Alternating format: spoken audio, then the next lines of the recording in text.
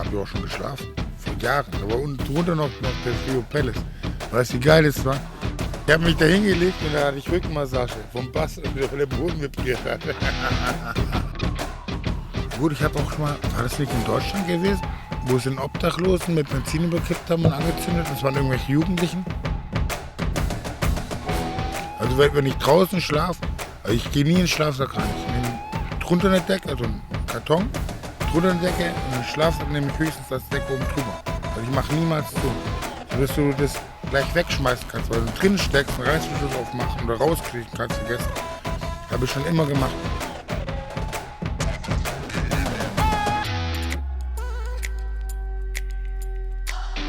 Das muss man sich auch aufbauen und vor 30 Jahren waren Frauen in der Wirtschaft keine Posten.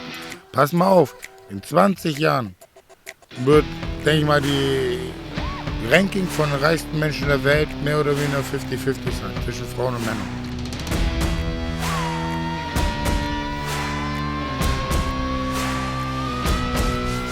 Ich wollte schon mal mit anpissen. Aber ich war wach.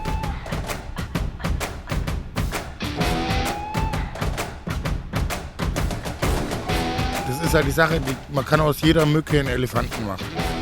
Und aus jedem Elefanten eine Mücke. Das ist einfach nur, wie man das darstellt, im großen Spektrum, weil die meisten Menschen glauben ja das, was sie im Fernsehen sehen und in der Zeitung lesen. Ich bin jetzt kein Verschwörungstheoretiker, aber es stimmt manchmal nicht alles.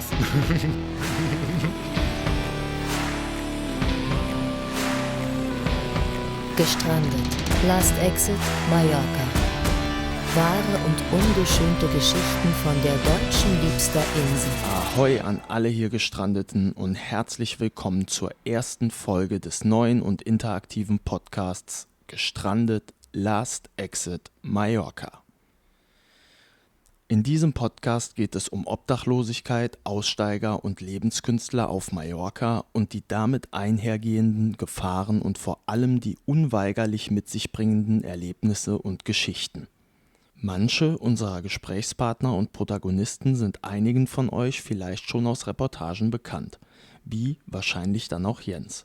Joey Kelly hat unter anderem auch Jens zusammen mit Stern TV Ende letzten Jahres besucht und sogar eine Nacht in Jens' Gästehaus übernachtet. Auf unserer Instagram-Seite haben wir die Dokumentation auf YouTube auch für euch verlinkt. Unser Instagram findet ihr auch hier in der Folgenbeschreibung und oder einfach, wenn ihr gestrandet.lastexitmallorca in der Suche eingibt. An dieser Stelle würde ich mich dann noch einfach mal kurz vorstellen.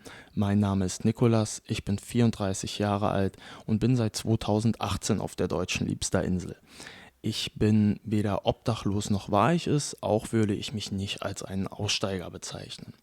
Ich bin seit über 10 Jahren selbstständig in den verschiedensten Branchen und setze auch in den verschiedensten Bereichen nur Projekte um, für die ich absolut brenne und hinter denen ich auch stehe, wie beispielsweise als Host dieses Podcastes. Allerdings ist es mir auch wichtig, dass der Fokus hierbei nicht auf meiner Person liegt. So viel zu mir an dieser Stelle. Wie es zu dem Podcast kam.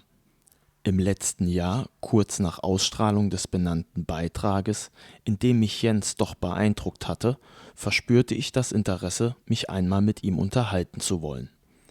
Durch einen Zufall ließ sich das auch zeitnah realisieren und ich konnte ihm auch direkt die Idee eines Podcasts vorschlagen.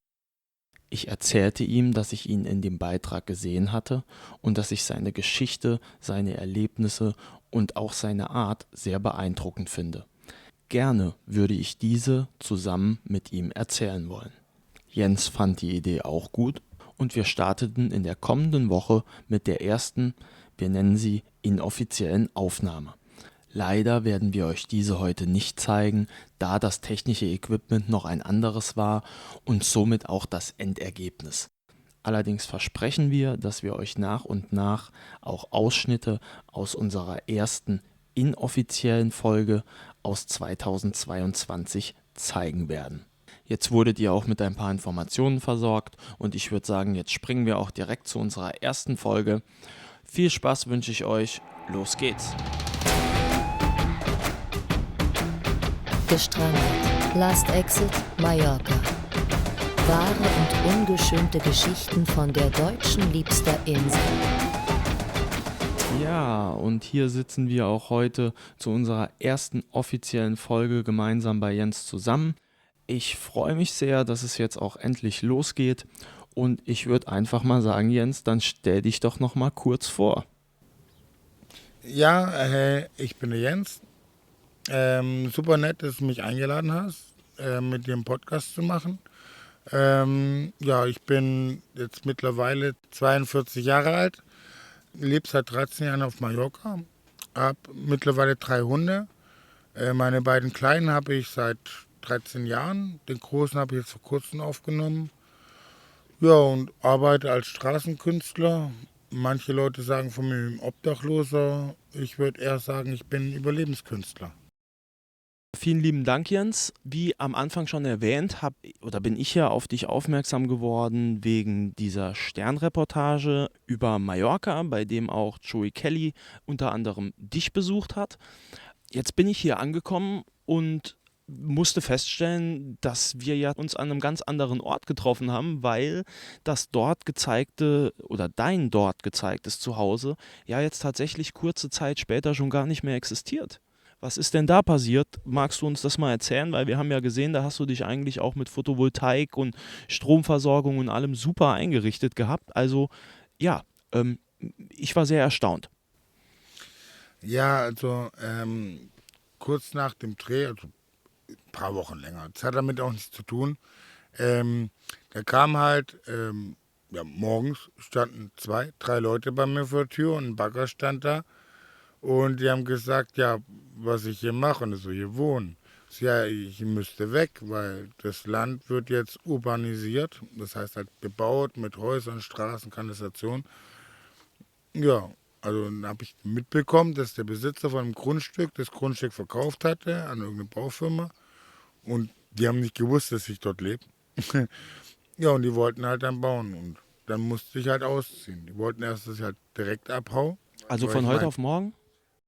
2 Tage. Okay. Also am nächsten Tag im Prinzip so heute und morgen, übermorgen weg. Ja, aber dann habe ich mit denen geredet, die waren dann sehr kollegial. Ich habe denen gezeigt, was ich habe und so. Und habe gesagt, okay, passt. Guck, dass es in der Woche weg ist. Weil die fangen dann halt auf der anderen Seite an mit dem Plattmachen und kommen dann erst dorthin, wo ich gewohnt habe. Weil ist ja klar, ich meine, die müssen ja auch für die Bagger und die Arbeiter zahlen. Und wenn ich dann Ewigkeiten da rumhocke. Und ich wollte ja auch keinen Stress. Ich meine, ich durfte 8 Jahre lang umsonst leben auf dem Grundstück.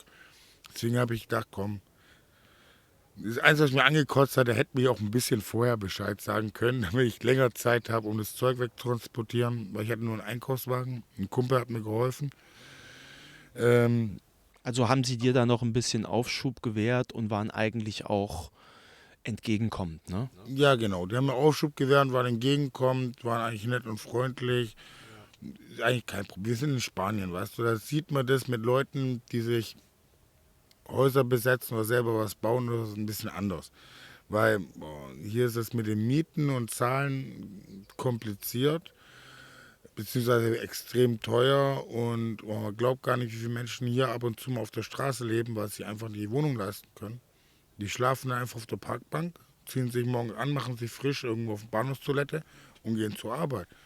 Weil die einfach momentan das Geld nicht haben oder die Freundin hat sie rausgeschmissen. Alleine kannst du keine Wohnung leisten. Also hier ist Wohnungsknappheit extrem und wenn du eine Wohnung findest, extrem teuer. Aber ich will gar keine Wohnung. Ich lebe lieber so draußen. Ich meine, ich mache das jetzt schon so lange und ich habe draußen meine Vogelgezwitscher und meine Hunde können draußen rumlaufen auf der Terrasse. Jeder Platz ist auch schön. Ich bin jetzt hier bei meinem neuen Häuschen. Das habe ich ja letztes Jahr im Prinzip übernommen vom Bekannten von mir, der wollte zurück nach Palma und ich musste oben ausziehen. Ja, und jetzt langsam ist das hier am Zusammenfallen. Aber es hebt noch und jetzt mal gucken, dass ich dann ja, jetzt im Sommer und dann im November rum, also November, Oktober rum, wollen wir wieder Gescheites bauen, was richtig stabil ist und als erstes noch eine Dusche hier bauen. Ich habe so eine Campingdusche. Für den Sommer ganz wichtig, bei 40 Grad. Eine Campingdusche? Ja, also das ist im Prinzip so eine kleine Pumpe, wie für ein Aquarium oder also bei Campingwagen für die Spüle oder die Dusche. Und die schließe ich bei mir an die 12-Volt-Leitung an, die ich habe, für das Licht und alles. Habe ich da meinen Schalter, einen Duschschlauch ran, großen Kanister Wasser voll machen und dann habe ich eine richtige Dusche. Und da hast du einen richtigen Duschkopf dran? Ja, ja, klar, ist ein richtiger Duschkopf.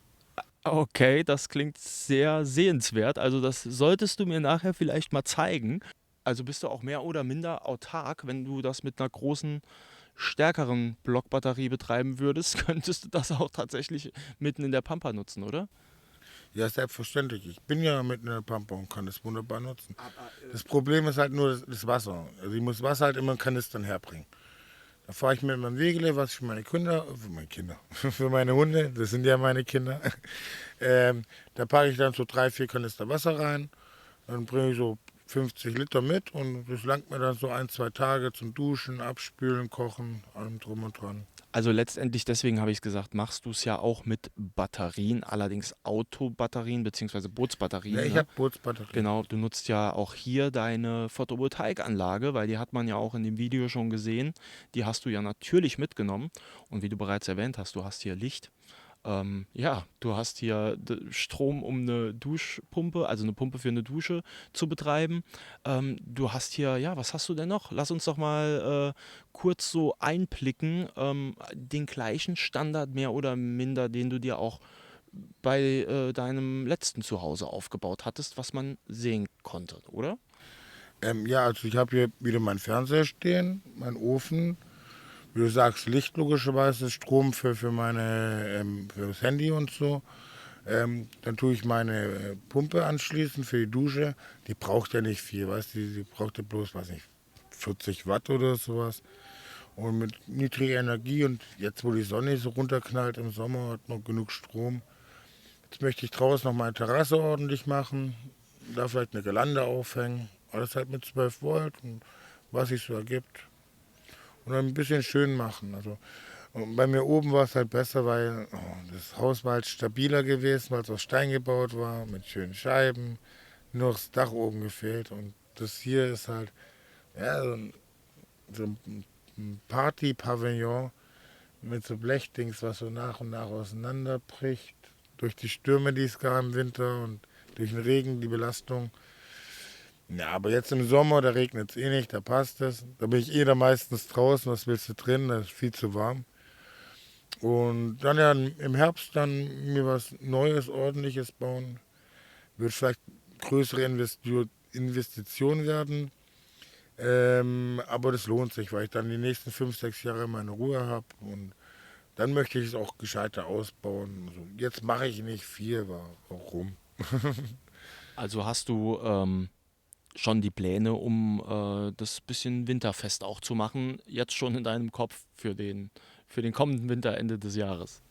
Ja, ja, klar, auf jeden Fall. Jetzt im Frühjahr, Sommer, Herbst muss man auf jeden Fall sparen im Winter, für den Winter.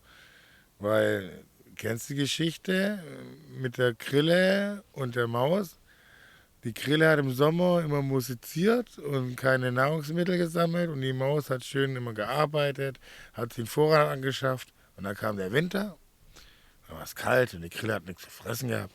Und dann kam sie zur Maus und sie hat sie eingeladen und hat von dem Vorrat, den sie im Sommer gesammelt hat, ihr gegeben und das haben sie beide überlebt.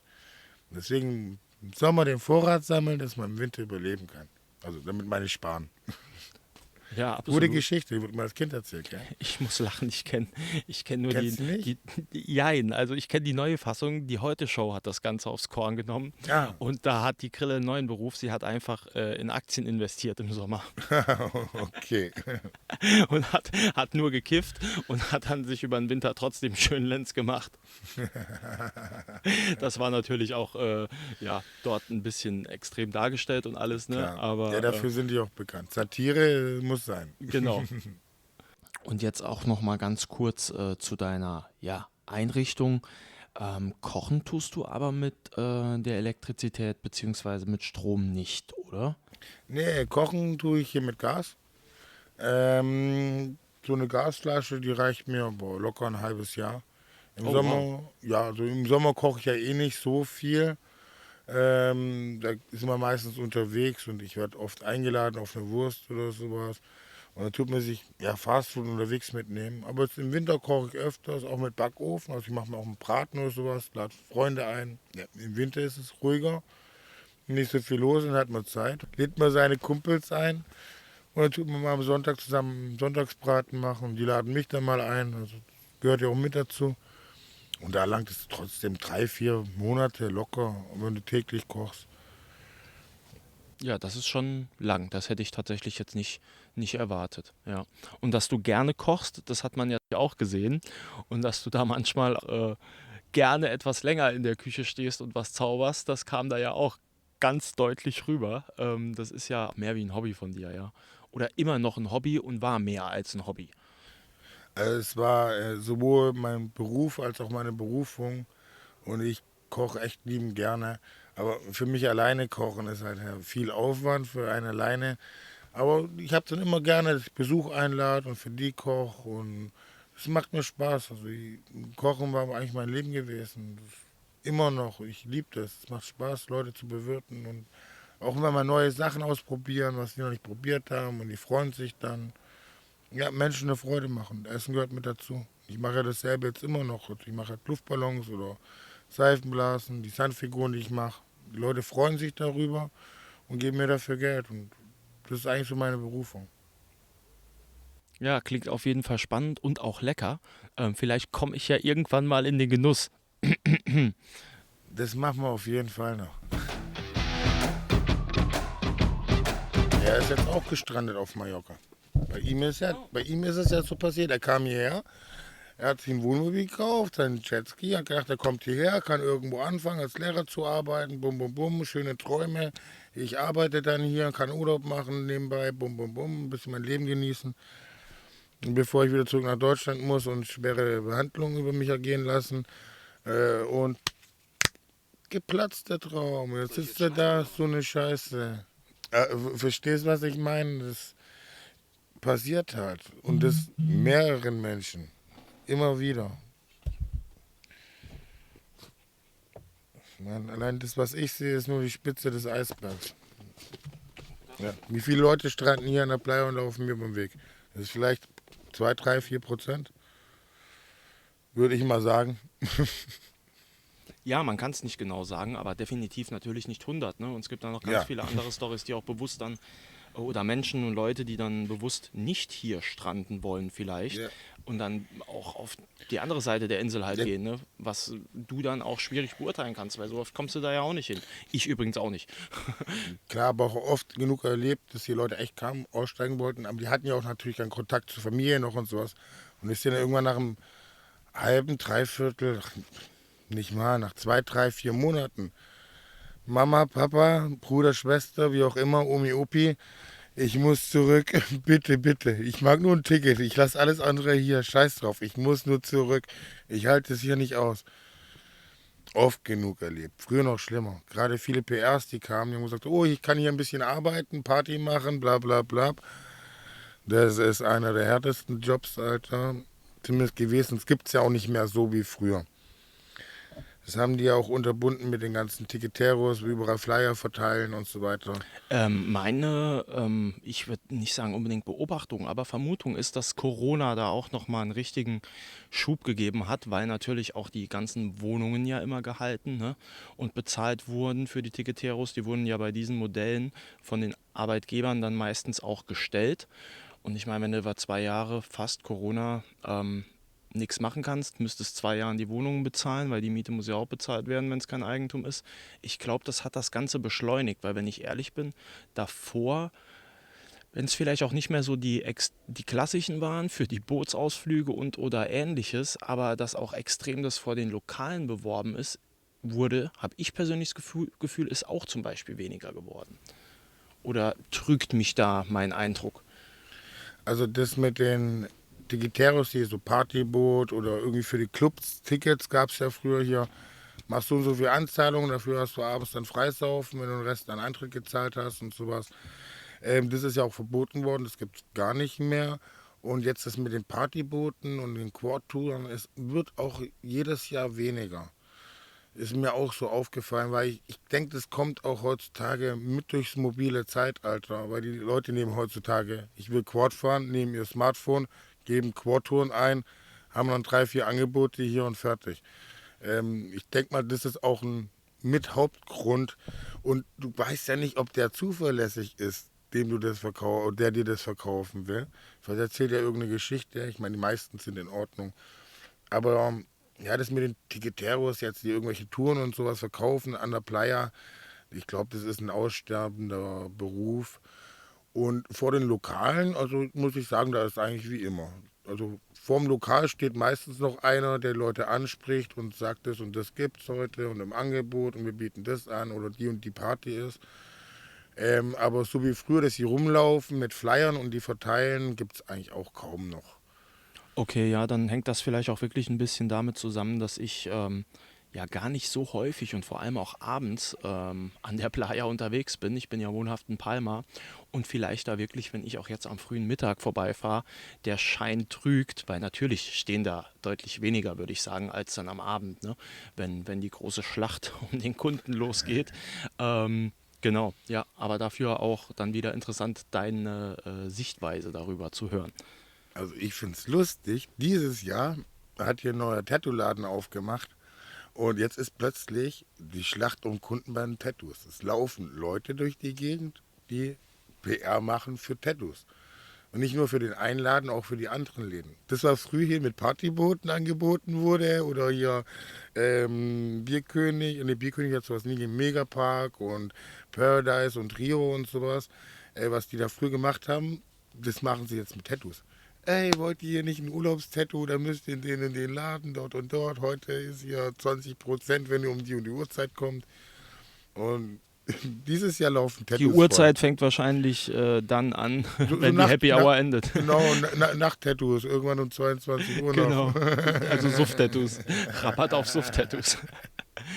Ja, okay, aber wenn Sie das als Urlaubstattoos bewerben, das wäre nämlich tatsächlich jetzt noch eine Anschlussfrage von mir gewesen, dann ja, ist das Klientel jetzt nicht unbedingt die Besoffenen für Suff-Tattoos anzusprechen. Das hat sich jetzt nicht so angehört. Nein. Also die fragen tagsüber vernünftige Leute und Okay. sowas. Und dann schicken sie hin oder gehen mit denen hin und dann werden Termine ausgemacht. Und es ist halt so, weißt du, abends noch ein Tattoo stechen lassen, also ich glaube, es ist günstig. Ich weiß es nicht ganz genau. Also ich kenne die Leute, die PR machen für solche Läden, aber wie denn ihr Konzept jetzt wirklich ist, weiß ich nicht. Aber dieses Jahr ist komischerweise, gab es davor eigentlich nicht so. Das ab und zu mal welche davor standen, ja. Genau, Also vor jetzt den extra an der Tattoo-Läden Playa selber, ne? rumlaufen und die Leute anwerben an der Playa. Dieses Jahr das erste Mal. Ja, spannend. Also Immer mal was Neues, damit nicht langweilig wird. und hat sich jetzt auch so angehört, als machten Sie das auch ein paar Meter entfernt von den eigenen Läden. Ne? Also nicht so wie eben jetzt auch von dir schon gesagt, dass Sie vor den Läden stehen oder in näherem Umkreis, sondern Sie bewegen sich wirklich an der Playa lang, wie du sagst, wie die Tiqueteros, auch ein paar Meter vom Laden weg. Ja, genau. Also das ist ja das Neue. Dass sie jetzt Ja. direkt davor stehen oder an der Straßenecke, da vorne hier um die Ecke rum, da ist einer, das gab es ja immer, aber die laufen wirklich am Strand rum, sprechen die Leute an und so. Aber auch nett, höflich und die gucken auch, wenn die Leute Tattoos haben, vernünftige sind, die fragen nicht hier diese Kegelclubs, die hier zum Saufen und zum Feiern sind. Klar, sagt, hey Jungs, da oben gibt's Tattoos und dann lachen sie alle und sagen, hey komm, macht ihr irgendwas auf den Arsch drauf aus Spaß. Gibt auch solche, die dann halt diese Suft-Tattoos machen in der Gruppe. Aber das ist eigentlich nicht das Klientel, was die jetzt ansprechen und suchen. Also die tun jetzt nicht bewusst Besoffene überreden, sich noch ein Tattoo machen zu lassen. Ja, man muss aber auch mal, ich sage jetzt einfach mal kritisch nachfragen, deswegen aber spannend, dass du Ja. es genauso beschreibst, ist nicht, weil man muss ja schon sagen, bei so manchen, die, sagen wir mal, Tiqueteros, je nachdem, was sie verkaufen wollten, schon auch eher die Leute angesprochen haben. Ne? Das- Zumindest, weil sie gesehen haben, die haben auch schon Bock auf Party, Ja. ist auch nochmal ein Punkt. Ne? Ja klar, wenn ich Freisaufen anbiete, dann gehe ich zu den Kegelclubs. Weil die freuen sich drüber, weißt du? Und wenn du Genau. dann noch viele, also damals gibt es ja nicht mehr, dann viele Tickets verkauft hast, du hast ja Gewinn daran gemacht, also sag, pass auf, Alter, ihr seid 10 Mann, ich verkaufe euch 10 Tickets vom Preis von 8 Tickets. Und zack, haben die alle ihre Tickets gehabt, die sind dann so viel zum Freisaufen gegangen und waren glücklich. Ja, solange die Preise stabil bleiben. In Italien ist das bei den Spaghetti so. Ja. Habe ich in der Zeitung gesehen. Da wurde Alarm geschlagen, weil die Spaghetti oder die Nudelpreise so aufgeschlagen sind. Krass. Ja, klar. Die werden ja aus Weizen gemacht. Oder also aus Getreide allgemein. Gibt ja Weizen und alles Mögliche. Und die Weizenpreise sind ja gestiegen. Wegen der Ukraine-Krieg, weil es die Kornkammer von Europa war. Nicht nur von Europa, von der halben Welt so eine Richtung. Wie ich gehört habe in den Nachrichten. Ja, war mir vorher auch tatsächlich nicht so bewusst. Aber das ist ja tatsächlich meistens so, dass man sowas dann erst merkt, wenn es eigentlich zu spät ist. Ja. Sieht man ja auch an den Bierpreisen. Die sind auch gestiegen wegen dem Ukraine-Krieg. Weil der Einkauf von Weizen, Roggen, Malz und sowas teurer geworden ist. Auch das ist mir persönlich jetzt gar nicht so aufgefallen. Also ist das nennenswert? Du trinkst ja nicht so viel Bier. Das stimmt, ja. Aber ist es nennenswert oder ist es, ich sag mal jetzt, 3 Cent? Also das ist schon jetzt also innerhalb des letzten Jahres schon stark gestiegen. Also wir haben jetzt 2 Preiserhöhungen gemacht von knapp, ich würde sagen 20%. Auch hier in Spanien. Wow. Also früher habe ich, glaube ich, 65 Cent gezahlt für die Literflasche. Und jetzt zahlst du, glaube 96 Cent oder sowas. Das ist schon eine gute Preissteigerung. Innerhalb von 1,5 Jahren war das, glaube ich, gewesen. Boah, ja, das geht eher sogar Richtung 50% dann. Krass. Ja. In einem Jahr? Ja. Wow. 1,5, lassen wir es so sagen. Okay. Mittlerweile ist es ja schon ein bisschen länger. Ja. 2 Jahre her, wo es angefangen hat, plötzlich mit Preissteigerung. Ich weiß noch, wo ich hier ankam vor 13 Jahren. Da hat die Literflasche 50 Cent gekostet. Verrückt, da hast du in Deutschland nicht mal eine Dose für gekriegt, denke ich, oder? Boah, ich weiß nicht, war das damals in Zudem- Deutschland, da war es auch nicht so teuer. Aber 50 Cent? Also Gut, aber für gab's eine jemals Cola Literflasche, unter da 80? ist eine Halbliterflasche, weißt du. Also, ich komme aus dem Schwabenländle. So eine Flasche Stuttgarter Hofbräu hat, glaube ich, 35, 40 Cent rumgekostet. Also Echt ein halber krass. Liter. Ja, das ist ja auch ein besseres Bier. Das Oettinger hat, glaube ich, 26 Cent gekostet. Eine Flasche Bier? Ein halber Liter? Ein halber Liter. Oettinger, 26 Cent. Also Ja, vor, okay. vor 13, 14 Jahren, ja. Da habe ich wahrscheinlich. Oder noch, hier das ja, Mark doch. Grafenbräu hat, glaube ich, 28 Cent gekostet oder so. Krass. Um den Dreh rum. Wusste Klar, ich wenn du gar dann nicht. hier so ein Markenprodukt kaufst, dann ist es natürlich ein bisschen teurer. Aber die günstigsten Biere, die waren, glaube ich, so, ja, so um die knapp 30 Cent rum. Ja. Also bevor ich hierher bin, vor 13 Jahren. Wie es jetzt ist es teurer geworden. Stimmt. Wo ich jetzt in Deutschland war vor 3 Jahren, aber mittlerweile fast 3 Jahre, ist es ja, ich glaube, da hat das Bier 80 Cent rumgekostet, 70, 80 Cent das günstige. Also ist auch teurer geworden innerhalb der letzten 10 Jahre war es dann her, wo ich hier war, bis ich nach Deutschland bin. Ja, wobei man da auch jetzt nicht genau weiß, ne, wann der extreme Preissprung stattgefunden hat. Der könnte ja, tatsächlich ich war auch ja nicht hier. Genau. 10 Also- Jahre waren dazwischen und 10 Jahre ist normal, dass alles teurer wird. Ja. Wir leben hier im Kapitalismus. Aha. Alle auf Pump. Ja, da sind die Amerikaner ja auch, glaube ich, ganz gut vorne dabei, habe ich letzte Woche oder so mitgekriegt. Ich kann es dir leider nicht mehr die Zahlen sagen, aber auch nur, dass x% der Amerikaner und deutlich die Mehrzahl zu x Dollar verschuldet ist und auf Kredit lebt und eigentlich sich nur von Monat zu Monat hangelt, auch so auf Kreditkarte.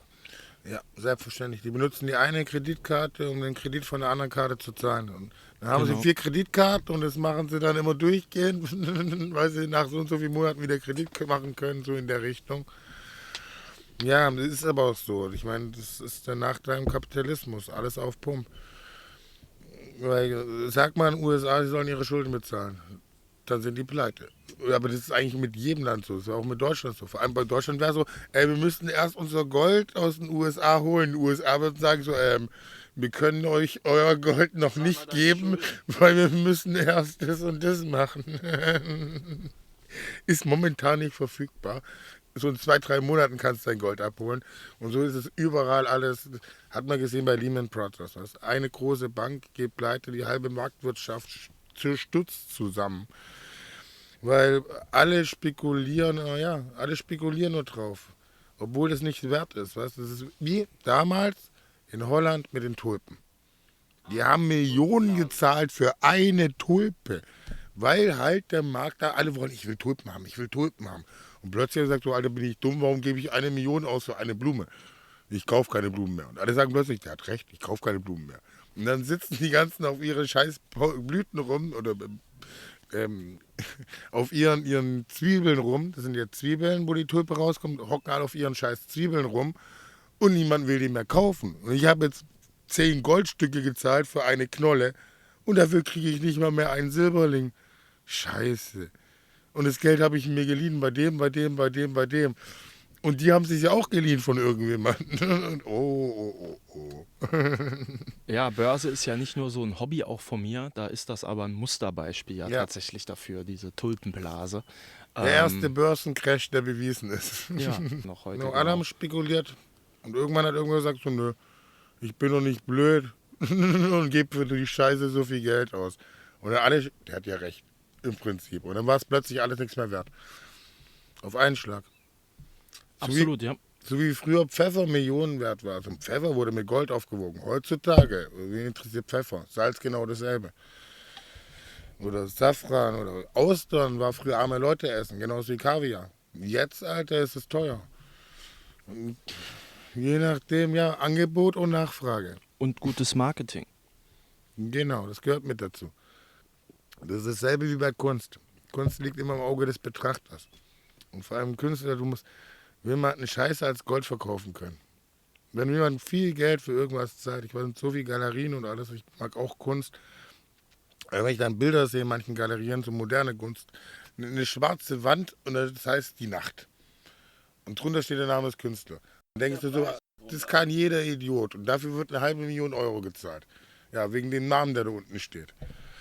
Und da gab es ja Boys zum Beispiel, die aus Altfett, die haben einen Stuhl hingestellt, haben da altes Frittenfett draufgehauen und haben gesagt, das ist Kunst.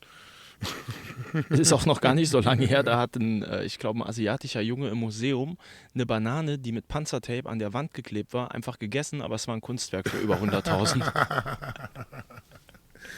Ja, du brauchst nur einen Idioten, der viel Geld dafür zahlt. dann bist du Künstler. Jetzt ist alles Millionen wert.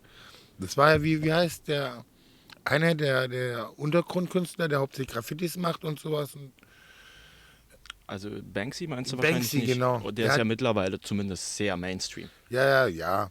Also der war jetzt auch in der Ukraine, habe ich gesehen, aber da gab es ja das Bild, was er gemacht hatte. Und dann kam der Schredder, nachdem es versteigert wurde. Das war doch von Banksy, oder? Das war auch cool. Also tust du Millionen für ein Bild zahlen. Preis und macht verzehnfacht. Weil es jetzt noch bekannter ist. Und ein absolutes Unikat. Ja. Ja. Und niemand macht mehr sowas, weil es wurde ja schon mal gemacht. Also, Weil jetzt lass mich die Sache abrunden, warum ich das so auch so interessant fand. Ich kenne auch die Graffitis, die er in der Ukraine, also um nochmal dahin zurückzukommen kurz, gemacht hat. Das sind in der Anzahl 7 Stück und in meines Wissens wurde eins schon geklaut, also existiert nicht mehr. Bei anderen wurde es schon mehrfach versucht und teilweise diese jetzt auch gesichert. solche Arschlöcher. Eines, also absolut ja. Eines davon ist, vielleicht hast du es gesehen oder auch gehört, dass er vor circa 3, 4 Monaten, ich müsste es besser wissen, kann es dir aber nicht mehr genau sagen, eines, oder beziehungsweise nicht er, sondern die ukrainische Post, eines dieser Graffitis, und zwar der Judoka, der kleine Junge, der den Großen aufs Kreuz legt, als erste Briefmarke von Banksy rausgebracht hat. Und natürlich auch limitiert und war ziemlich gehypt und ist davon abgesehen auch als Statement, finde ich, ein sehr schönes Symbol. Also ich weiß gar nicht, ob du das auch mitgekriegt hast. Also das Bild mit dem kleinen Jungen, der den großen Mann auf den Boden schmeißt, das habe ich auch gesehen und das finde ich auch ein sehr, sehr, sehr gutes Bild mit einem sehr guten Statement. Das ist jetzt als Briefmarke herausgekommen, das habe ich nicht gewusst, aber ich finde es super. Briefmarke, Umschlag und Postkarte. Das finde ich super, richtig gut. Und ich denke mal und ich hoffe, oder höchstwahrscheinlich ist es auch so, dass der Großteil der Einnahmen des Geldes der Ukraine zur Hilfe gegeben wird, sowohl für die Bevölkerung als auch den Aggressor in die Knie zu zwingen. Korrekt. Man konnte sogar direkt bei jedem Kauf auch auswählen, ob man noch einen gewissen Prozentsatz oder Fixbetrag spenden möchte und konnte sogar selber auswählen, für was, also man wurde zumindest gefragt, für was es genutzt werden soll. Sei es also wirklich Militär, ja, Aufbau von Schulen und Krankenhäusern, für Essen und Trinken und so weiter. Also das ist schon das klare Ziel gewesen, dass das schon auch dann der Ukraine zugutekommt und auch zum Wiederaufbau klipp und klar verwendet wird, ja. Aber lass mich noch was Ergänzendes sagen, vor allem wenn du das Symbol so magst. Ich kenne jemand, der hat einige von diesen Postkarten bestellt. Ich würde dir gerne beim nächsten Mal eine mitbringen in einem Fotorahmen, wenn du das Symbol magst. Die sind auch übrigens nur auf 100.000 Stück limitiert. Oh, cool. Und ja, dann hast du auch davon eine. Vielleicht freust du dich ja drüber. Ja, würde mich auf jeden Fall super freuen. Bei mir hängt es übrigens auch zu Hause, weil ich finde das Symbol auch sehr aussagekräftig und ganz oft kann der kleine Junge den großen Judoka mit der richtigen Technik aufs Kreuz legen. Genau. So wie die Feder auch stärker ist als das Schwert. Schönes Schlusswort an dieser Stelle. So, und da wir ja auch flexibel auf die aktuellen Ereignisse von Jens oder in Jens Leben reagieren möchten, gestern gab es hier auf Mallorca einen sehr starken Platzregen. Ja, sehr viel Wasser in kurzer Zeit runtergekommen. Man wird wahrscheinlich auch noch den ein oder anderen Artikel darüber finden. Dementsprechend bin ich heute, einen Tag später, nochmal bei Jens zu Gast und wollte ihn einfach mal fragen, wie sich das auf ihn ausgewirkt hat. Bevor wir dazu kommen, löse ich aber jetzt noch mein Versprechen ein, was ich gar nicht gedacht hätte, was möglich ist in dieser Folge. Und jetzt wird es auch ein bisschen lauter, aber das werde ich wohl bewusst nicht rausschneiden, dass ihr auch hört, dass ich hier in meinem Rucksack rumkrame.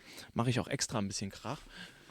Und überreiche hier in dem Moment Jens einen Bilderrahmen mit der versprochenen Postkarte und dem Symbol. Hammermäßig. Vielen, vielen Dank. Oh, cool. Sogar richtig schön im Rahmen. Ja, ich habe gedacht, wenn schon, denn schon. Ja. Wie gesagt, du siehst hier das Symbol. Das heißt, glaube ich, auf Ukrainisch, müsste so sein, verpiss dich, Putin. Und hier unten rechts, jetzt muss ich gerade gucken, ich sehe es von hier gar nicht, hast hier, du irgendwo das genau. Copyright mit Banksy, ganz Da genau. steht Banksy. Ist jetzt auch offiziell und ist jetzt halt nicht einfach ein Graffiti abgeknipst und dann auf eine Postkarte gedruckt, sondern er hat das auch gepostet auf seiner offiziellen Instagram-Seite und so weiter. Die Briefmarken ist immer das gleiche Symbol und das Schöne ist hier auch, dass es bei der Postkarte natürlich die größte Fläche hat. Eine Briefmarke ist viel kleiner, siehst du halt ganz schlecht. Ne? Ja. Und dass du klar erkennst, dass es auf der leider zerstörten Mauer gemacht wurde. Ne? Ja. Ja, Wunderbar. Ich danke dir vielmals. Das bekommt einen Ehrenplatz. freut mich, dass es dir Auf gefällt jeden und Fall. sehr gerne, weil ja, versprochen ist versprochen. Jetzt auch wie gerade eben versprochen, frage ich Jens einfach mal, bist du denn trocken geblieben? Ja, im Großen und Ganzen ist es bei mir zu Hause trocken geblieben. Klar, ein paar Stellen hat es reingetropft, aber das war nicht so schlimm. Ja, aber war schon auf jeden Fall heftig. Also da kam kurz mal innerhalb von einer halben, dreiviertel Stunde richtig Regen raus. Bei mir draußen die Terrasse stand, weiß nicht, 10, 15 Zentimeter unter Wasser. Wäre so ein bisschen gestiegen, wäre es drin nass geworden. Also ich habe extra, als ich das Haus hier gebaut habe, ich kenne ja den Regen hier, habe ich extra ein bisschen aufgeschüttet, so 15 Zentimeter und habe da dann das Haus drauf gebaut. Das, wenn so ein Platzregen kommt, das Haus ein bisschen höher liegt und nicht direkt gleich unter Wasser steht. Okay, also das hat wirklich das Wasser dann auch draußen gehalten? Ja, also es ist trocken geblieben. Also an einer Stelle ist ein bisschen was reingelaufen, aber das ist gleich wieder abgesickert. Das hat sich wahrscheinlich, weil es auf der einen Seite ist ein bisschen höher, der Boden, aber das ist nur ein schmaler Spalt. Deswegen kam noch ein kleines bisschen Wasser rein, das war nicht schlimm. Also als ich mein erstes Häuschen hier gebaut hatte, eigentlich war das erste Häuschen war lustig. Hatte ich in der Senke gebaut. Das war eigentlich auch kein Häuschen, das war mein Zelt damals noch gewesen. Vor 9 Jahren oder 10 Jahren, wo ich hier angefangen hatte, hatte ich ein Zelt stehen und in der Senke. War halt schön versteckt und so, konnte man von der Straße nicht sehen. Und dann war so ein Platzregen. Oh Mann. Und dann hat sich das Wasser gesammelt. Und ich saß in meinem Zelt zum Glück zu Hause, hatte eine Matratze drin. Und dann ist das Zelt geschwommen. Ich hatte es im Boden nicht verankert gehabt, weil der schwer genug mit der Matratze, es weht nicht weg. Und dann hat das Zelt geschwommen. Also ich war so 20 Zentimeter über dem Boden. Ein Kumpel kam, da stand das Wasser fast bis zum Knie. Oh. Saß mir gegenüber, so was machst du. So, nicht wackeln, sonst kommt Wasser ins Zelt und ich gehe unter. Ach, du hast das Wasser wirklich draußen halten können im Ja, Großen und ja, das Zelt ist geschwommen. Es war so Schwerpunkt 5, 6 war in der Mitte Zentimeter. wahrscheinlich, Genau, ich ja. saß da drin, habe das Gleichgewicht gehalten. Oh Mann. Und so 5, 6 Zentimeter vom Rand, vom Eingang stand das Wasser. Also, da hätte ich mich nach vorne gelegt und es war gekippt, dann wäre das Wasser reingelaufen und dann hätte es blub, blub, blub gemacht. Also Leute, ich schmunzel und lache hier natürlich, weil ihr seht, wie Jens das erzählt, aber das kann sich ja auch jeder vorstellen beim Campen. Absoluter Horror, ja? Ich fand es damals schon, ich hatte schon Schiss, weil es war hell. Da war mein ganzes Und Matratze Handy auch, und alles ne, ja. drin, was ich hatte. Ja gut, Matratze, das trocknet, du weißt, im Sommer. Es geht halt um ich hatte nur halt mein Handy gehabt und das Powerpad drin. Und da habe ich halt gedacht, wenn das kaputt geht, dann brauche ich wieder ein neues Handy, alles drum und dran. Das ist ja auch Aufwand, kostet viel Geld und. Und ja, lustig war es auch bei meinem zweiten Haus. Das habe ich irgendwie blöd gebaut. Ja, eigentlich nicht blöd, die Lage war geil. Es war so eine leichte Senke und dann gab es bei so einem Starkregen, dann ist zur Tür vorne das Wasser reingekommen, ist durchs Wohnzimmer gelaufen und hinten beim Schlafzimmer unterm Bett wieder raus. Das war immer lustig. Wenn es geregnet hat, konnte ich meine Füße waschen. Direkt durch die Tür ist durchgelaufen, links und rechts alles trocken. War ein richtiger Bach im Prinzip. Ja, aber das ist kein Problem. Was jetzt hier im Du Sommer, nimmst das entspannt, ja? ja, im Sommer, solange halt die Elektrik, was auch was kostet und sowas trocken bleibt. Ich meine, wenn am nächsten Tag die Sonne wieder scheint, das ist ja meistens ein kurzer Schauer, dann ist das wieder vorbei. Dann hängt man das raus und trocknet das Zeug wieder und fertig. Im Winter ist sowas scheiße, wenn das Zeug nass wird, weil das kriegst du ja nicht mehr trocken. Aber jetzt im Sommer ist doch nur Wasser. Ich meine auch zu wissen, dass du davon 1, 2 Fotos gemacht hast, oder? Ja. Meinst du, die könnten wir vielleicht auch den Leuten mal zeigen, dass die einfach mal eine Vorstellung kriegen, was hier auch in dieser kurzen Zeit an Wasser runterkommt und wie das dann denn auch aussieht, ja? Weil du hast speziell, glaube ich, auch ein Foto, wo du mit den Füßen ja drin stehst.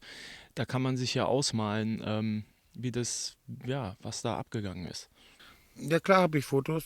Und wenn du möchtest, kann ich dir die schicken und dann kannst du auch mit auf die Seite machen. Klar, warum nicht? Es wäre auf jeden Fall interessant, denke ich, auch für die Leute, dass man einfach mal eine Vorstellung bekommt, weil man muss ja auch sagen, ich sitze jetzt heute hier und ich würde sagen, da machen wir auch mal auf jeden Fall noch 1, 2 Fotos von der gleichen Stelle.